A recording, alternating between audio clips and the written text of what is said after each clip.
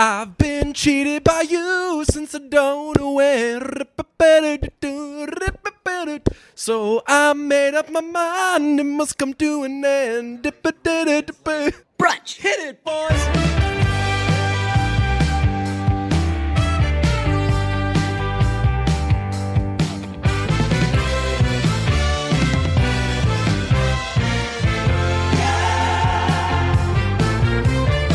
The cool thing I noticed about jukebox musicals, because there's musicals where you write a story and then write music for the story, and then there's jukebox musicals, which is you write the story around the music. You just want to play some songs, and in jukebox musicals, I have found usually the songs are presented as though they're going to be in context, and they don't answer or add anything to whatever. So like they'll be like, hey, whatever happened to that? Whatever happened to that store you used to run? Be like, well, I was working there for 3 hours, and then I've been cheated by you since I don't know where. So I made up my mind, it must come to an end. And then like 3 minutes later, that same person is like, well, you didn't fucking answer my question. Right, like then it ends, and like by the end of it, they've all done like the, why did I ever let you go? And like they're stomping around and shit, and they've just like worked up a sweat, and like the song ends, and they're like, whew. Back to our daily lives. So, fuck, what were we talking about? Are you hungry? I'm thirsty, at least. And they get water, and they just move on. Water and cake. Big cake movie. This huge cake movie. We'd be remiss if we just don't start off with Mamma Mia talk by saying it is the best. Mamma Mia 2, here we go again, is the best movie I've seen since Get Out. Oh it is unbelievable. That it is such high praise. It is. It is way better than I expected. It is fucking a really, really good film. It's like I should say it's Paddington 2 realm. It's like it's such a feel good movie. Yeah, you're happy the whole time. Yeah. There's not a bad guy. I realized basically like halfway through the movie, and then especially after the movie ended, I was like, this is a movie that I'm definitely going to watch again. Definitely going to watch when I need like a pick me up. Mm-hmm. It is such a good feel good movie. It was thoroughly good. Way better than the first one. Way better than the first one. Significantly better than the first one. Like the first one it's not even in the same galaxy as people who listen to this show definitely know that we sort of we zero in on movies and sort of like in Baywatch. We were all in cheek. We were all in on Baywatch. Yeah. There was never a chance that we were going to say that Baywatch was bad. Yeah. Like I didn't think that Baywatch was that good, and we kind of went in on it. We were like, "Oh, Baywatch is really good." Yeah, right.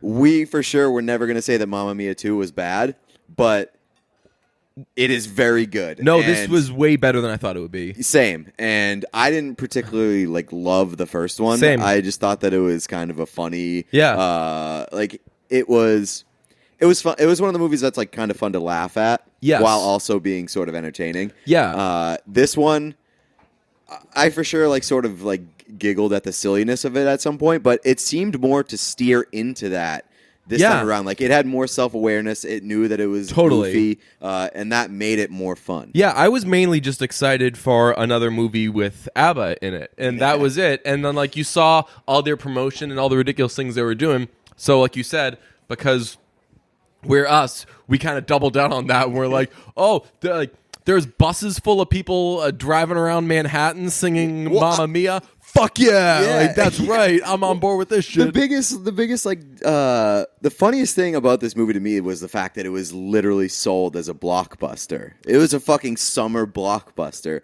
which I never expected that for Mamma Mia because the first one wasn't that good. It should be considered that. I didn't realize the first one was 10 years ago. The first one was 2008. Yeah. That was a million years ago. Yeah. And so they pick up on the second one with Meryl Streep's character has died, and with Paul Walker in heaven, and this.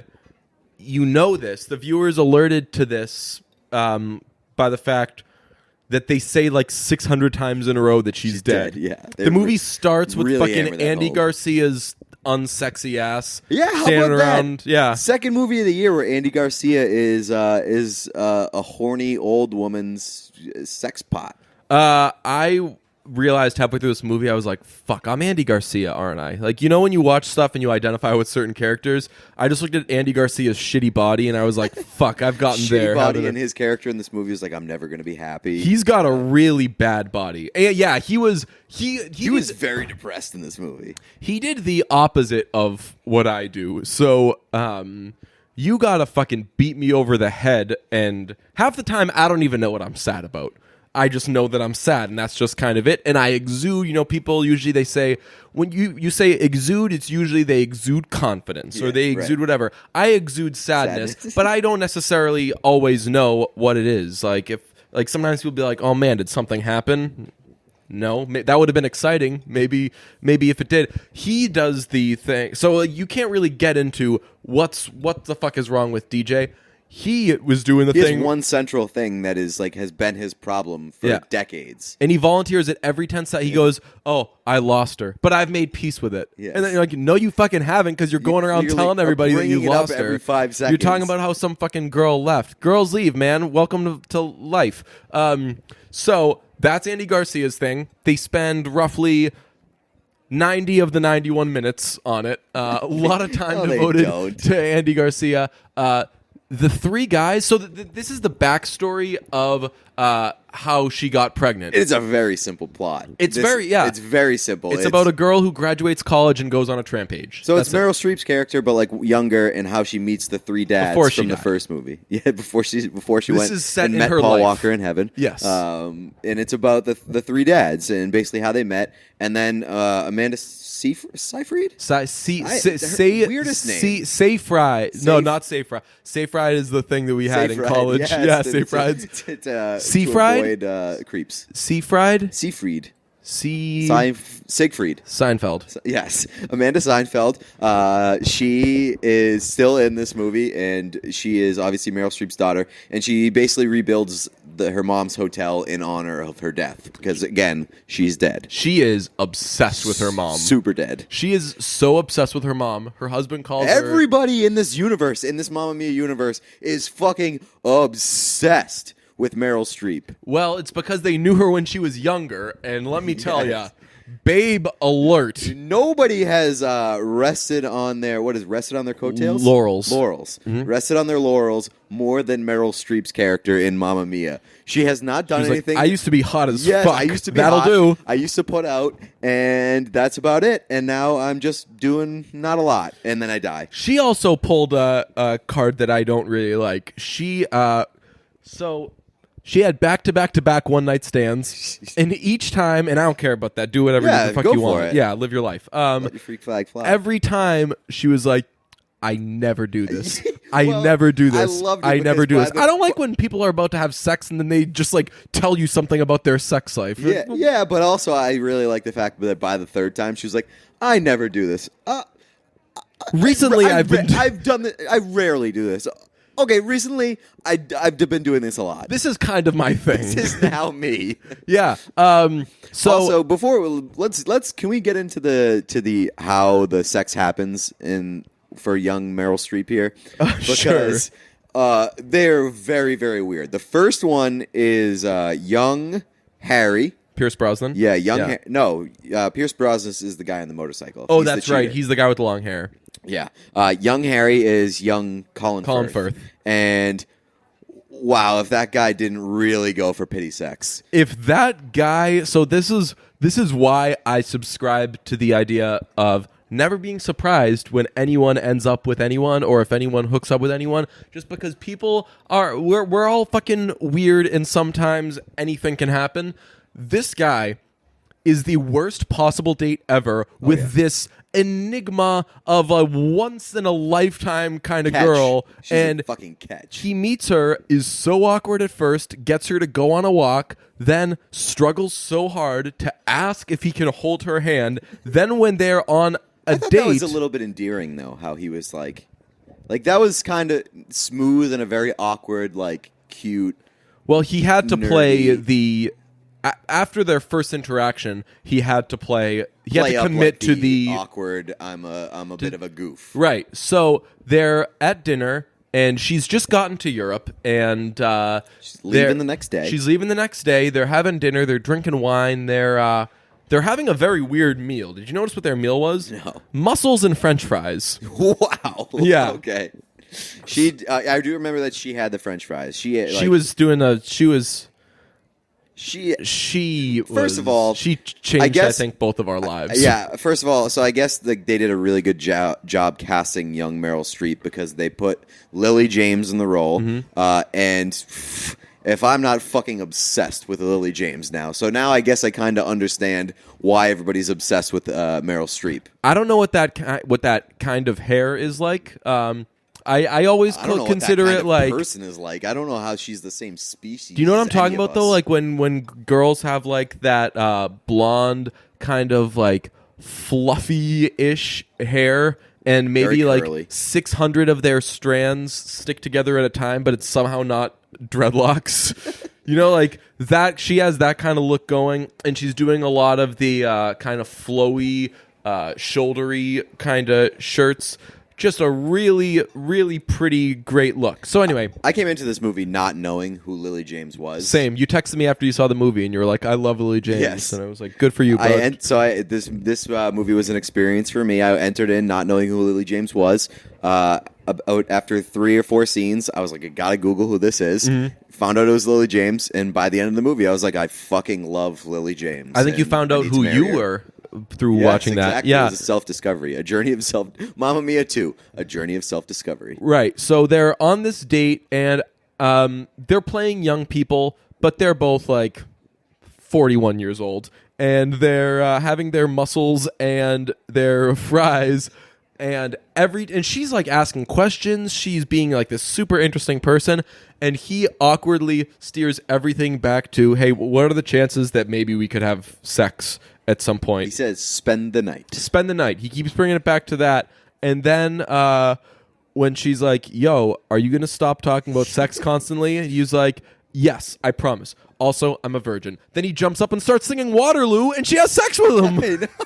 What a move. It was the most hilarious thing in the world. There were a lot of kind of song and dance things and reactions to the song and dance things that triggered me a little bit. So she gives a speech when she graduates college, and she immediately turns the speech into an ABBA song, takes off her robe, brings her friends up. They're dancing around, and her classmates are so into it. They let them stage dive. I fucking went to college and was that turn everything into a fucking song and dance thing. Didn't work out. Let me tell well you, my classmates fucking hated it. So the idea that not only did her classmates love it, one of the teachers quit her job as a teacher to join that fucking parade of musical. That's right.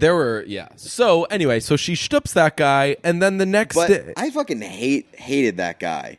The young, he was weird. Colin Firth. He was very weird. He was a terrible actor. I feel like that guy was a stage actor because he played up everything so fucking like goofy and really overdid it. And it sort of, I know that this movie is a goofy and sort of overdoes everything. Yeah, but he stood out.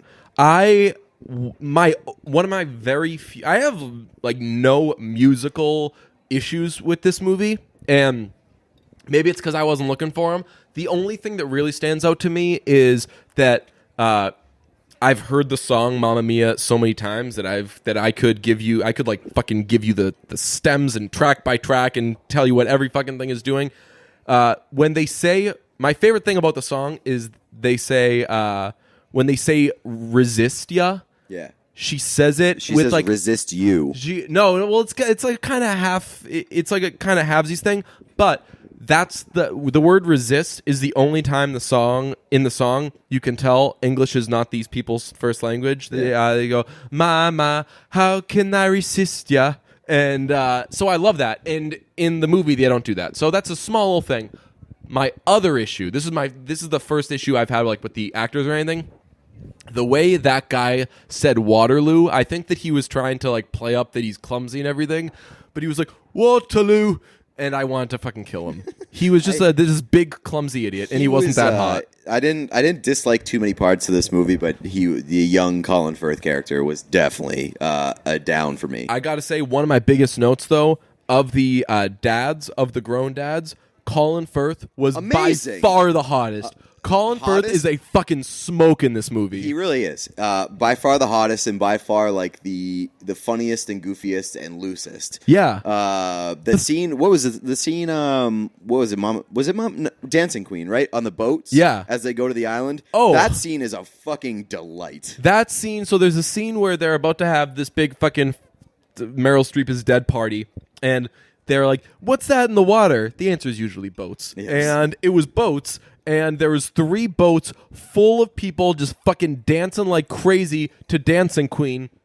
There's a thing called Yacht Week. Do you know what Yacht Week is? It's just where people party on yachts, right? It's like you party on yachts and you can do it in different parts of the world. Yeah. One of my friends is doing it in Croatia. That's amazing. And she was like, yo, like this is the, like she had me like look up what this thing is because she was just like bragging about how much fun she's about to have. And I would was like, imagine it's that scene. Well, I was like, this looks okay. This looks a little like fratish, so maybe not totally up my alley. If that shit was Yacht Week, where you're in ships you're all fucking saving all my vacation days and my entire year's saving to go to that every year. It was Colin Firth and Smoke Jumpers guy doing Bill Skarsgård. I couldn't think of his first name. It's his dad. Is it Aaron Skarsgård? No, that's his brother. Let me look it up. It's too many Skarsgårds. It's Stellan. Yeah, right. Stellan Skarsgård. They are. They're doing the "I'm the King of the World" thing. It's the most adorable thing in the world. Funny. And this Colin Firth is like very flamboyant. Like he's like leaning over, throwing his arm up and shit. It's very awesome. He made a terrific impression on me in this movie. Like the big 2 takeaways were this Lily, what's her name? James. Lily James, beautiful young lady. Also, she's very British. Yeah, I looked at when you said I love Lily James. I looked it up, and it was just a picture of a British person. And I was like, "Get over it, bro." Croatia won. You're not a Harry Potter guy, but Lily James is pretty funny because that's both of Harry Potter's parents' names. Really? Lily and James. I was a Harry Potter guy. I'm fucking scarred. I yelled at a coworker the other day over Harry Potter shit for something that he didn't do. They were like, do you guys know the Harry Potter movies? And I was like, no, I didn't see them because I read the first few books and I loved them. And one of my coworkers was like, who's similar age, Tommy Giles, was I never read any of the books. I was like, because fuckers like you made fun of people like me for reading the books, so I stopped fucking reading them. Wow. And then everyone started reading, and then like the movies came out and it's the coolest fucking thing in the world. I was in that first wave, motherfucker. I have all the books in my apartment if you want to borrow them. They were dope. Yeah, they're awesome. I read the first 3. So, Colin Firth made a amazing, magnificent. Did you know that he was supposed to be the voice of Paddington? Really? Yeah. I'm glad that didn't happen because Paddington is perfect as is. Think about that, though. Colin Firth blew Pierce Brosnan out of the fucking water. Pierce Brosnan was I don't want to say he let me down a little bit in this movie, but I wanted a little bit more. Because in the first one he kind of went all out and his musical scene was hilariously bad. Yeah. But this time they kind of just like they let him off the hook. His one solo singing scene was basically him just talking. I'll never forget the scene in the first Mamma Mia where they're on a boat and it's Meryl Streep, who at this point in the storyline is alive singing "The Winner Takes It All" while Pierce Brosnan just kind of sits there and takes it. And they finish up and it's the same thing. Like they finish up and it's like, what are we talking about? So did we find a resolution? Yeah, it's like the most awkward part of the movie. But yeah, they really didn't do a shitload with him. I like Stellan Skarsgård. This movie was quite progressive in that there was a sassy customer service person who was the sassy Greek man, the guy at the ferry who every time... that guy was amazing. He was fantastic. Is he gay? I don't know what he was. I think the implication was that he was gay because he told everybody that they looked better with shorter hair. And I think you're reading things into it, but that's possibly at the end. Like, he has like a back and forth with like all those guys. Yeah, all the dads. He was like, hello. He comments on everyone's appearance, yes. Like man or woman. He hilarious. Tells them, yeah, like it was always a funny interaction, and he's always saying like, you used to look better. And then Colin Firth shows up, and he was like, Holy fuck. You are a snack. Time has been so good to you. Get in here. Yeah, maybe he was gay. He's so mean to Stellan Skarsgård. He gives him like a fucking whole song and dance about, what does he say? He's like, your face has collapsed. Yes. DJ, you know me. I'm a glasses stan. I love my glasses. And the pair that I'm actually wearing right now is a pair of Warby Parkers. Ooh. I'm a huge fan of Warby Parker. And it's because... First of all, they have amazing pairs of glasses. They all look good. Every time I go and shop at Warby Parker, I want to buy a million pairs. They're tortoise. That's what these are. Yeah, they're a pair of tortoise glasses. Their tortoise shell is they've perfected that, right? And I actually take note of that because every tortoise shell is kind of different, and there's that one kind of generic one that looks the same as everything else, but the good ones have like those. They space out kind of how it switches off, and the light shade is a little lighter. Mm-hmm. That's what Warby Parker has going on. Hell yeah. Love it. And buying glasses can often be expensive, annoying, and overwhelming, but Warby Parker has the answer. They cut out the middleman, and they sell directly to customers online and in their stores. Warby Parker is able to provide high-quality, great-looking eyewear at a fraction of the usual price. Their prescription glasses start at $95, which if you're a glasses person, you know that's pretty damn cheap. I've paid hundreds of bucks for glasses that I ended up not even liking. So I've always been thrilled with my Warby Parker purchases. That $95 includes frames, lenses, and coatings. The people behind Warby Parker feel that glasses shouldn't cost more than your phone, which, I mean, phones are like $1,000 now. So if you're paying more, I'm never getting a new more phone. for your glasses than for your phone, you got to rethink that spending. How can you possibly buy eyeglasses online? Well, it's pretty simple. They have a website and they have an app, and they ship completely free. Their home try-on program is great. You can pick 5 pairs of glasses that you want to try on and see which ones fit the best. There's no obligation to buy. Again, they ship to you free in a prepaid return label. So if you want to do that free home try-on program, go to warbyparker.com/brunch. And again, if you have an iPhone X, you can go download the Warby Parker app where you can use their brand new feature, Find Your Fit. It uses iPhone X's true depth camera to map and measure key facial features. And using these measurements, Find Your Fit recommends approximately 12 Warby Parker frames that are likely to be the best fit for your face, because that is an issue if you're buying glasses online. I can imagine. Yeah, it really is difficult to shop for glasses. I mean, anybody who's shopped for you don't even have to be a regular glasses person. If you shop for sunglasses, you know that not every pair looks good on you or fits your face. So if you have the iPhone X, download the Warby Parker app, do the Find Your Fit. Again, if you want the home try-on kit, 5 pairs of glasses, no obligation. There's really nothing to lose. warbyparker.com/brunch. Go do it.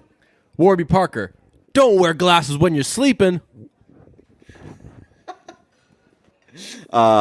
Speaking of Bill, the second date was with young, what's her name, Meryl Streep, and Bill on a boat, and young Bill is all about the implication.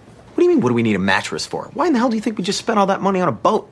The whole purpose of buying the boat in the first place was to get the ladies nice and tipsy topside so we can take them to a nice, comfortable place below deck and, they can't refuse because of the implication. Oh, okay. You had me going there for the first part. The second half kind of threw me. Well, dude, think about it. She's out in the middle of nowhere with some dude she barely knows. She looks around her. What does she see? Nothing but open ocean. There's nowhere for me to run. What am I going to do? Say no?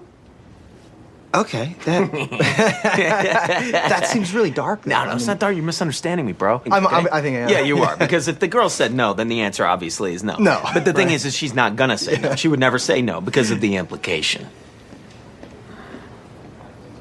Now, you've said that word implication a couple of times. What implication? The implication that things might go wrong for her if she refuses to sleep with me. Now, not that things are going to go wrong for her, but she's thinking that they will. But it sounds like she doesn't want to have sex Why aren't with you understanding this? She doesn't know whether she wants to have sex with me. It's that she doesn't know. That's not the issue. Are you going to hurt women? I'm not going to hurt these women. Okay. Why would I ever hurt these women? I feel like you're not getting this at all. I'm not getting it. God damn.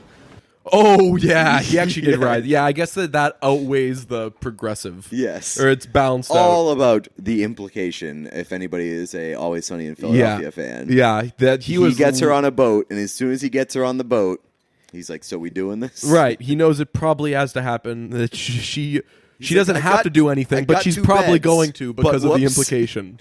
I got 2 beds, but whoops, I threw all my shit on one of them. So tough luck, lady. And there's a scene where they're saying to each other while she's trying to get her off the bed. Right. To be like, hey, I can sleep over here. And he's like... she's handing him shit to take off the bed, and he's putting it right back on the bed. Yeah. Very huge implication guy. There are some hilarious lines in this movie, none of which... The new line of the summer is, be still my beating vagina. Yes. Which is said by friend number 1. Meryl Streep, when she was alive, had 2 friends. Friend number 1 and friend number 2. The one with the bangs. I'm pretty sure friend number 2 is played by somebody different than in the first one. I could be wrong. I feel like that's incorrect. The most notable... She's forgettable friend. Okay. Julie Walters is... and Christine Baranski is friend number 1. Tanya. The most notable thing about friends number 1 and 2 is that they have had the same exact haircuts forever. From 1971 to 2018. Yes. They never changed their hair. I did notice that too. She never changed. Friend number 1 never changed her shade of lipstick. The only thing that changed about friends number 1 and number 2 is that friend number 2 went from having an Irish brogue as a young woman to having a strong, thick British accent as an old woman. Somehow.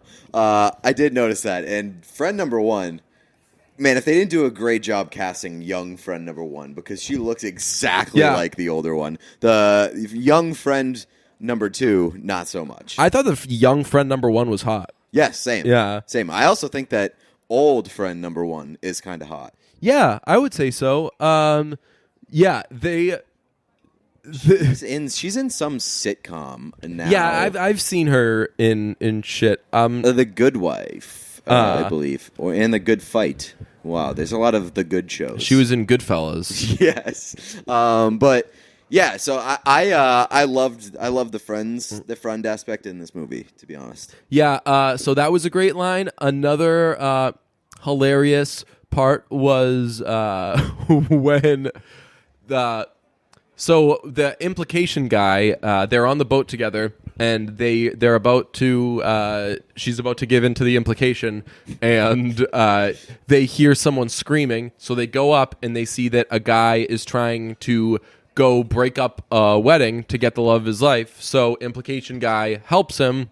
He breaks up the wedding. It's a great thing. And then all these years later, Stellan Skarsgård sees this guy at a restaurant, and the guy's like, hey, do you remember me? And he goes, no. And he was like, I'm the guy that was the guy that broke up that wedding. And they're at a restaurant, and it's this big exciting moment. They're so happy to have seen each other. And the break up the wedding guy goes, listen up, everybody. This man right here saved my life because he saved my love. It was so many years ago, and I will never forget him. And Stellan Skarsgård goes, oh, anybody would have done it. It was a great day. And they cut to the restaurant, and nobody's fucking listening. Yeah. That was a great moment. Yeah. I laughed out loud at that. I laughed out loud at basically the entire Greek guy. Yeah, his entire character was hilarious. Wait, the ferry guy or bootleg Brett Gelman? The what? Bootleg Brett Gelman was the guy in the band. Oh, not that guy. I'm talking about the guy who is like drowning, trying to get to his wife. Yeah, that's the guy you're talking about. Yeah, I laughed out loud at all that guy's scenes. Yeah, he was great. He was great. Big fan of that guy. Also, that's how I knew this movie was good, because that scene happened roughly 23 minutes into the movie, and this movie was basically like, hey, you know the best part of the best movie ever when he breaks up the wedding at the end of The Graduate? Well, that type of shit just happens at minute 23 over here. And comes back later. Yeah. There's an old Greek woman who gets mad at young Colin Firth, right? Is it? No, young Pierce Brosnan. Because he's a cheater. He's a cheater. He shtups alive Meryl Streep. And without telling her that he has a fiance. Right. Not a great move. So she chases him away. He comes back, and the Greek woman who owns where Meryl Streep, who's alive, lives and works, says to him, like, get out of here with your wandering eye and your restless groin. Yes, your restless groin was hilarious. Restless groin, beating vagina, winners. They're great, all great in lines. on the sexual lingo in this. Did you notice that the Dos Equis guy made a cameo in this movie? Did he really? Yeah, he's Andy Garcia's brother at the end of it. No way. Yeah. Really? Who ends up presumably stooping friend number one. So they come. So at the end, they're having this big party. They all come. They do. This is one of the more sexual movies you'll see for any age, and they're all having this Meryl Streep used to be alive party, and everything's been so positive this whole movie, and then there's a shot of the water, and you see a helicopter coming. Yeah. But it's not the, like, you see it coming. It's the you see it from the perspective of the helicopter, which is usually in movies a sign, bad guys. Oh, yeah, so that's true. I'm sitting there. Or Sicario, where they're going to Mexico. They're going to the bad guys. Yes. Yeah. So there's this, like, oh, shit, bad guys moment. And then I realized, oh, Cher hasn't been here yet. But Cher was sort of built up as a bad person at that point. So Cher comes, and she is the mother of Meryl Streep. Cher plays someone who has lost their daughter because Meryl Streep's character dies. Mm-hmm. And she comes in and sees Andy Garcia, and Andy Garcia looks at her, and she looks back and goes, Fernando. And I seriously got fucking chills. Really? I did, yeah. Because the whole movie is Andy Garcia talking about this fucking mystery woman, and I don't even care to find out that it was Cher was pretty cool. I think it was more I got chills because when you get chills when listening to music, it's because you're about to hear something, not because of what you're actually hearing. Yeah. So, for example, like Silver Springs, I always, like, towards the end of the guitar solo, that's when I start to get chills because I know that, like, those last choruses are coming. I always get chills because I know that she's going to say Silver Springs is a great old song about her own song. Right. You're like, I get chills when the big moment's happening because it means that the end of the song is about to happen. So, yeah, I got, like, fucking chills. And I was like, oh, my God. And then the movie ended, and... Dude, the last fucking musical scene where they, like, incorporate all of them. The Bollywood ending? Yes. Yeah. Amazing. I thought it was amazing. Not enough movies do Bollywood endings. Yeah. Well, I mean, it's a lot of Bollywood movies do. Coming back. Yeah. I just like when they do things when you're doing something to a set amount of songs, and then at the end you're like, we can do one more. Here's like a bunch of other shit that doesn't have to do with any of this. And like after Bowie died, I went to a thing where the drummer from Lake Street Dive was playing all of Rise and Fall of Ziggy Stardust and the Spiders from Mars. And it was this really cool thing. And then it had been planned well before Bowie died. So it just happened to be like a couple days after Bowie died, you got to go hear all this cool Bowie music. And then at the end, they were like, all right, fuck it. We know it's not on this album, but like we're going to play Changes and a bunch of other really cool Bowie songs. I was sort of hoping that would happen with Cher. I was hoping that Cher would just play one of her own fucking songs. That would have been hilarious. Do you think that when Sonny and Cher were happening and ABBA were happening at kind of similar times, Cher, like what if you told Cher, hey, you're gonna one day take a job playing a grandmother who sings ABBA songs? Oh man, she probably would have slapped you in the face. That would be the weirdest fucking thing in the world. Oh my god, it would be like I can't even think of an analogy. It's the most. That would be the most insulting thing in the world. Also, but, like people would get excited about it because you're Cher. I'm not a body shamer at all, unless I'm body shaming Andy Garcia and myself. But her plastic surgery really did interfere with the performance she was able to give. You think so? Yeah, because she was expressionless while playing a grandmother. I just found that Cher was a little disappointing, to be honest. Yeah, her acting was not good. No, the singing was whatever. I wanted Believe Cher. I wanted her to do fucking ABBA songs with shitloads of auto-tune. Listeners of this show know that we talk about self-care and self-maintenance and making yourself look as best as you can. So, did you know that 66% of men lose their hair by age 35?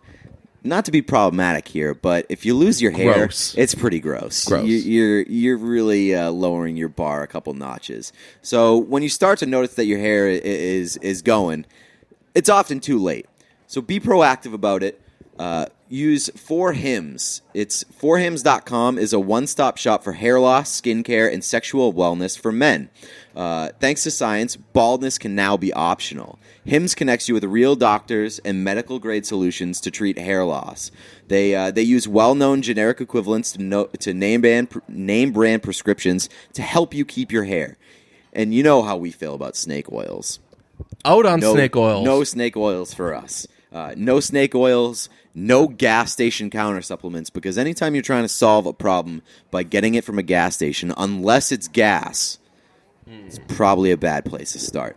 So find prescription solutions backed by science. No waiting rooms, no awkward doctor's visits. Save hours by going to 4hims.com. It's super easy. You just got to answer a few questions, and a doctor will review and prescribe you the products that you need, and they're shipped directly to your door. So order now. Our listeners get a trial month of Hims for $5 right now while supplies last. See the website for full details. This would cost you hundreds of bucks if you went to a doctor or a pharmacy, but instead you can go to 4hims.com/brunch. That's FORHIMS.com/brunch. 4hims.com/brunch. Fix that bald ass, gross ass head of yours. So they have Amanda Seinfeld give birth, and then there's doing a lot of cutting back and forth between when an alive Meryl Streep gave birth and when Amanda Seinfeld gave birth. And boy, let me tell you, there is a graphic montage of the aforementioned old Greek lady with shitty posture delivering this baby. But like they sort of like sexualize her having a baby. They did. She was like on the headboard, and she had makeup on and shit. And old Greek woman with bad posture was kind of like up on her. Like, did you notice that? Yeah. I'm like, is that how you deliver babies? She was like bent over. She was the like bed. taking her from behind while delivering her baby. Like a reach around birth. Yeah, I've never seen a doctor be like, okay, I'm going to get in position here, and then together all three of our bodies are going to move in this direction. But if there's anybody who can turn me on with a sexual birthing scene, it's goddamn Lily James. For me, it was the old Greek lady with shitty posture. The old Greek lady with shitty posture had a bar, or she worked in a bar that was her son's bar. Her son, bootleg Brett Gelman, owned a bar that should have been Brett Gelman. Damn, I thought it was Brett Gelman at first, and I was like, okay, these pants weren't on to begin with, but now they're for sure off. He was great. Bootleg Brett Gelman. Yeah, we should make a budget movie with bootleg Brett Gelman, bootleg trash Tom Hardy. Who did we say is the bootleg John Hamm? Bootleg John Hamm is like an actual B-list celebrity, though. Fuck, yeah, I forget who it is, but it's definitely not John Hamm. But bootleg Tom Hardy, I think, is cheap. He starred in something recently, didn't he? He had a big role in the Spider-Man movie. Yeah, but that's when we discovered him. Okay. After that, we had. He was in 24. He was in Spider-Man, but now when I see Tom Hardy, I honestly don't know if it's the real or fake one. Yeah, which I guess is good for bootleg Tom Hardy. My big concern with this movie, like when I was seeing the trailers and stuff, was that it would be too hard to follow because there's too many characters. It seemed like the storyline would be a little bit convoluted and all over the place, and it really wasn't. And I do think that it's partly because the plot is really fucking simple, but I like that, and I didn't feel overwhelmed at any point. I didn't find that it was hard to follow at any point, and they did a really good job mixing between the storylines and sort of like very seamlessly bringing them together. It was very simple, and maybe it was because of availability. They really didn't lean too much into any of the three dads, and the three dads were terrific. Like, Pierce Brosnan didn't do a shitload of stuff on his own, but all the scenes with the three of them were good. So I think that's part of it. They didn't make it as much about the first one as much as they made it like a very simple thing, and then these characters were kind of there for it. Right. You could definitely watch this one without having seen the first one. I would recommend. It's very similar to. I was thinking this whole movie. I was like, man, sequels are having a day here. They really are. Paddington 2 way better than the first one. Mamma Mia 2, Here We Go Again. I think it's just called Mamma Mia, Here We Go Again. Way better than the first one.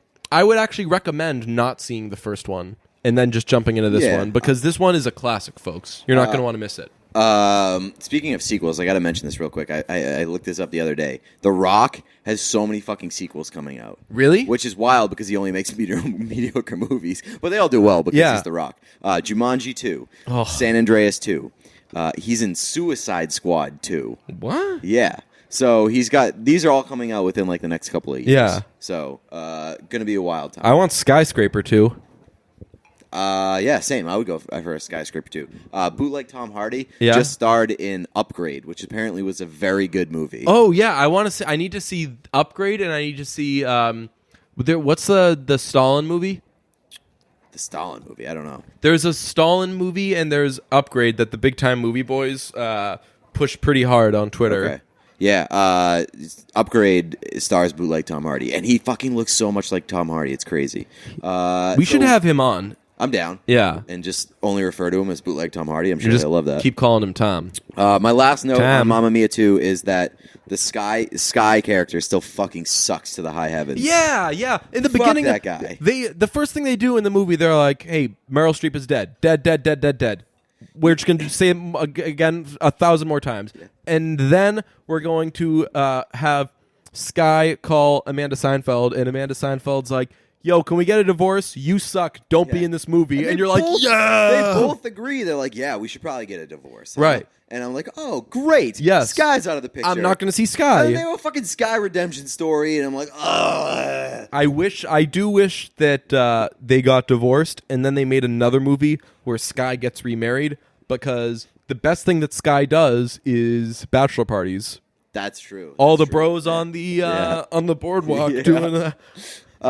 Do you? I get married just so I can have a bachelor party where all my goons. Mamma Mia themed bachelor party. Yeah, I was actually thinking about, it would be too much work, but I was like, fuck, we should do a Mamma Mia themed episode where we'll just like bring up topics and turn them into us singing full ABBA songs. And never get to them. Never get to finishing them. Well, those are half of our topics anyway.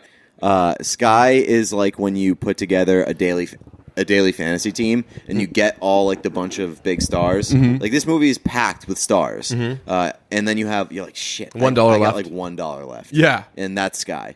Yeah, but you could have gotten Bootleg Tom Hardy instead. I know. I mean, I wonder how. I mean, Sky's not a really good singer.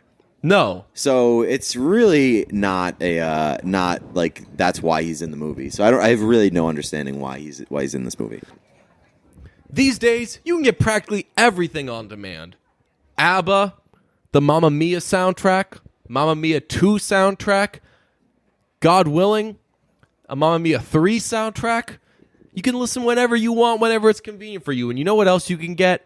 You can get postage on demand. All you need is Stamps.com. With Stamps.com, you can access all the services of the post office, which is good. I like the post office. Positive post office vibes only, right from your desk. You can buy and print real U.S. postage for any letter or any package. That's the important part. This is real postage.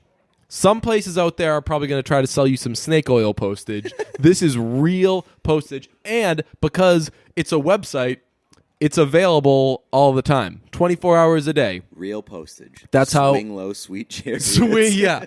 I like postage au naturel. Just click, print, mail, and you're done. Stamps.com will even send you a scale. What kind of scale? Probably an analog one. Even better, a digital one. You can weigh your letters and packages and print the exact amount of postage every time. Have I used Stamps.com? Sure I have. I've used it to send important letters and packages. All sorts of things. I personally recommend it. So, get on there. Use the code BRUNCH20 for this special offer. A 4-week trial that includes postage and a digital scale. Don't wait. Go to Stamps.com before you do anything else. Click on the radio microphone at the top of the homepage and type in brunch. That's Stamps.com. Enter brunch. Stamps.com. I like the post office. On the topic of my goons, Jonah Hill went on, was it Jimmy Kimmel? I think it was Jimmy Kimmel. Yeah, Jimmy Kimmel, yeah. Yeah. And he ran the gamut on saying fucking things. He became the first person to ever use "I freaked it" in conversation. And I love that move. It sounded so cool. It's all about like your own style. I see. And this year I was like, you know what? I need to get over my social anxiety, and I went in there and I freaked it. You did. You took pictures with people. I put it up and then I freaked it. This is from your Instagram. so, but that song came out months ago. The King's Dead on the Black Panther soundtrack. Yeah. Like I made 100 that one, then I freaked it. It's Yeah. like awesome, but no one started saying it. Right. And Jonah Hill just harambeed the fuck out of it, and was like months later, like, no one's gonna take this. No one's gonna. I'll take it. I know. I'll take it. I mean, that's a fucking power move. Yeah. To do it like months later after it's out of everybody's head, and then bring it back and do it in a fashion where like, fuck, that is the new thing. I tried listening to Failing Upwards, because I thought it would be like up my alley, and I listened to one They're too episode, bro-y for and me. I didn't get I didn't really get it, and I was like, yeah, these guys aren't necessarily for me. But I was like, that's the kind of shit that on a surface level I like. I'm sure that talking people about fashion in funny ways. I bet that people fucking love that podcast, but there's probably absolutely zero crossover between that show and this show, which is fine. Right. Like those guys would listen to this show and be like, I don't get this. This sucks. Yeah. I just think that is I'm fine with Yeah. it. Like not everybody. It's not for everybody. right. But they made shirts, so they're obsessed with Jonah Hill. I Obviously, know. Yeah, they created And- Jonah Hill Day. That's how this whole Right. thing happened, And they made. It's what, because I love the 4Pins Twitter account. Did they run that? Yeah. Okay. Or one of them does. Okay. Yeah. So anyway, they started Jonah Hill Day, which is the greatest thing in the world, and they made shirts now. It's a drawing of Jonah Hill, and it says, "I freaked it." That's awesome. So I might need fucking to get good. that fucking shirt, honestly. I'm definitely gonna start saying "I freaked it" after Jonah Hill. Mamma Mia episode title. Mamma Mia 2. I freaked it. Mamma Mia 2. I freaked it. Yes. We have some music stuff that we haven't gotten to over the past couple of weeks. Yeah. Like a good amount. Also, some stuff that's come out this week. But I'm very ashamed that our podcast was not up on game for the new Moo and Diplo song. I treated it like I normally do with Moo releases. I waited for the second it came out, listened to it, like it a lot, and just fucking didn't do any. My brain's been a mess for a while. That's true. But yeah, You've I had just a totally forgot about it. You've been a complete disaster for the past couple of weeks. But yeah. that song, I love that song. I like it a lot. They're a dream team. Yeah, they really Moo are. and And they know it's each other called by now. Sun in Our Eyes. I'm a big fan of that song. Also, there's a new. Is it pronounced Lanny? Yeah. Lanny. I think. They've got a new song. I really like that song too. I haven't heard it yet. I'm also still vibing to the Moo and Jack Antonoff song from Love, Simon. I still put it on every playlist that I make. That to me was like too. It was too Love Simon-y for me. It was too fucking Bleachers? crafted for that movie. Yeah. Love, Simon fucking sucked. Did you ever see it? No, It sucked. I heard you say that it sucked. It has a high fucking Rotten Tomatoes Does it really? score. No one I know who saw it liked it. Interesting. Yeah. Mamma Mia 2 has a pretty high Rotten Tomatoes score, but it is going down. What is it? It was 86 yesterday. Oh, fuck off. It's got to be over 90. I would put it at probably like an 88 to 92 Really? range. I Yeah. would honestly say That's- that it's deserving of 97 plus. No way. Yeah. But I mean, I guess knowing some of the fucking movies that are up there for Rotten Tomatoes, then whatever. Yeah. But the fact that it's a musical doesn't surprise me because there's going to be a shitload of critics that don't love musicals and don't rate it properly. Also, the new Story So Far single came out this week. Yes. Right after we, Let it met up go. with Kellen. Yeah. We had a fun day with Kellen. We had a very weird day with Kellen. Yeah, we took him to Castle Island, and we walked around for a little bit, and then Kellen needed some shades, so we went to Newberry Street, and as soon as we got there, it started raining Downpour. harder than any rain has ever rained, and it rained that hard every 2 to 3 minutes for 2 to 3 minutes. Yeah. And it would switch between that and drizzling, and it would just go between, hey, we can walk a couple steps to this is violent rain. Yep. It was among the more violent rains I've I experienced. had to get a new shirt because the shirt that I was wearing was a white T-shirt and it was fucking soaked. And and I had to wear it for the rest of the night because I went to the show after that, and so I had to literally get a new shirt because that's how downpouring it was. This was a fucking week of shows I couldn't go to, and it was very upsetting. So I couldn't go. I had to work for when the Story So Far was playing, so I was really mad. I couldn't do that. And then the next day, a coworker set something up where I hung up with Win Butler from Arcade Fire for a little bit, which is crazy because he's huge, and it was great. And I watched their sound check, and it was a blast. And the interview didn't really go well, but that doesn't matter. As it was winding down, fucking Rostam showed up from Vampire Weekend, and I ran the fuck out of there because I was like, I can't meet this guy. Okay. It would be like, I don't know, like if I never meet your idols. Yeah, if I met a Haim, I think I'd actually be able to handle it because I'd be like, hey, our paths were supposed to cross at some point.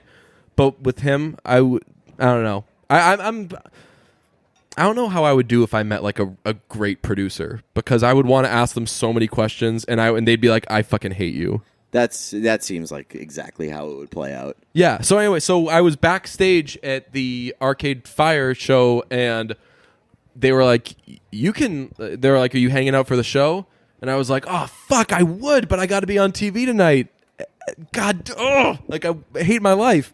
And then, like after I left, they were like, work was like, oh, by the way, since you did that interview today, you don't have to do TV tonight. What I was like, you motherfucker, I'm out of the building right now. Oh man! But it was super cool. It was super cool sitting in the.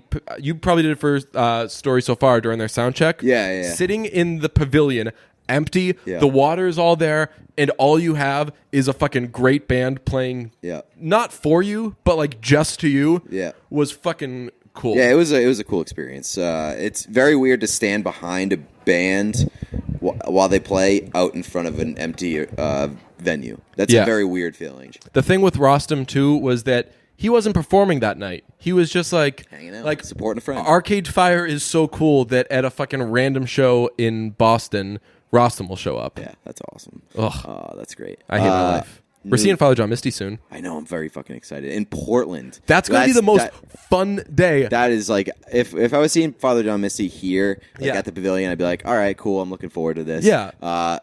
Doing anything Hopefully in won't Portland, kill myself after. Like, no. Doing anything in Portland, I'm like, fuck, yes, I cannot wait. Yeah, I've been counting down the days to go back to Portland since last summer. Same. I'm seeing Taylor Swift the day before, and I don't know how it'll go, but I'm really like not gonna go hard even in the slightest for Taylor Swift because I got a big day of fucking mistying ahead of me. Fair also, enough. Win Butler, as I was doing my research, is like good to best friends with Josh Tillman. Really? So did I not tell you that? I think you might have, yeah. Oh, yeah, because you were watching like an old interview and he was like, "Oh, my friend Josh Tillman." Yeah, they were like, "Who's your favorite current songwriter?" And he was like, "Oh, the drummer of the Fleet Foxes, Josh Tillman, is fucking incredible." And he says that he's good at basketball and everything. I want to ask him so much stuff about Father John Misty, but anyway, can we talk about Jimmy Garoppolo thing for a second? Yeah, why not? This is not me doing the look how woke I am thing. This is me staying true to who I've always been. I don't like the body shaming that happens with, not necessarily body shaming, the anything shaming that happens with anybody who does any sort of porn type of thing. I'm not the biggest porn guy in the world. I'm not like a fucking porn fan or anything. But this guy went on a date. This guy, porn super fan. I'm no porn buff. Porn stan. Yeah. I don't stan porn. But this is the story. This guy went on a date with a girl, and he didn't fucking put it out there himself. Not a girl. A woman, way older than him. Not even a woman. If you ask TMZ, who reported the story, a quote-unquote huge porn star. Nobody says. Yeah. Huge porn star. And they meant... Then you see like, it. They meant physically. Really? Yeah. So, he went on a date with somebody and he didn't put it on Instagram or Twitter or whatever, like, look at this fucking date I'm going on. I know that she kind of did, but whatever. It's just like he went on a fucking date, and that's a fucking story. This guy goes on a date, look what this person looks like. What the fuck is that? I don't like that. Shocker, Britt McHenry had a terrible take on this. What was it? She is so fucking muted. Stinks. Britt McHenry tweeted the TMZ article and said, Jimmy Garoppolo is a franchise quarterback of a prominent NFL team. He should have more values and class than parading a porn star in LA. Slammy for saying that, but guarantee someone in his camp said the same thing. Fuck yeah, and someone in his camp was a fucking asshole for saying that. That's so shitty. That's basically saying that porn stars aren't people, and that porn stars should not be able to date whoever the fuck they want. Like, not to mention the fact that there are athletes all over the place that definitely fuck with porn stars and definitely fuck with prostitutes and shit like that. And I don't give a shit. If you care about this, then you care about shit that doesn't matter. So you sent me this story because everyone was talking about it, and I just didn't click on it or pay attention to it because I was like, I got other shit to do. Like this doesn't seem that interesting to me. And then I finally clicked on it, and I was like, oh, the story is just actually like, look what this person looks like, which as long as you're not fucking saying like, look how ugly this person is or why do they look like that, then I guess that's kind of funny that you're like, hey, like, look at this person. That's fine. But it's coming as like a why are you dating that person? And Britt McHenry followed it up with, it's not insecure to think that women shouldn't perform in on-camera prostitution. Not jealous of anyone, least of all someone working in porn. Our conservative values as a society are completely deteriorating if stripping and pornography are considered esteemed professions. That is fucking rich, considering that McHenry is a Trump stan. Right. And we all know the fucking story with Trump and what's her name? Stormy Daniels, yeah. I gotta give credit to Stormy Daniels. Her fucking mugshot from the other week. The best. I'd go on a date with that. I'd go on a date that would be reported by TMZ on that mugshot. But like, how fucking weird would it? I don't know. I'm just fucking weirded out by that. Like, have you? I mean, you're in a committed relationship, so you've probably run into people like while with your girlfriend or whatever. But like, how weird would that be if somebody like took a fucking picture and was like, "Look at Pete and this woman." I would feel weird for the other person. It definitely. I mean, that's not a thing that is uncommon. Not for me, obviously, but like that's something that I feel like it sort of comes with the territory when you're a franchise quarterback. Yeah, but to pin it on like the fact that she's a porn star and that he's like disgracing himself by going on a date with her. Yeah, that's pretty gross. Get the fuck out of here. Yeah, how does he disgrace himself? Actually, I can't think of anything bad that Jimmy Garoppolo has done. I'm a big Jimmy Garoppolo guy. If I were the Patriots, I would have fucking paid out the nose to keep him. I would have kept Brandon Cooks, not for Tom Brady's sake, but for Jimmy Garoppolo's sake. And then once Tom Brady gets the fuck out of here, whenever he does, you've got Jimmy Garoppolo and Brandon Cooks. I'll go to battle with those guys. I'll get in the trenches with those guys. That's what they say in football.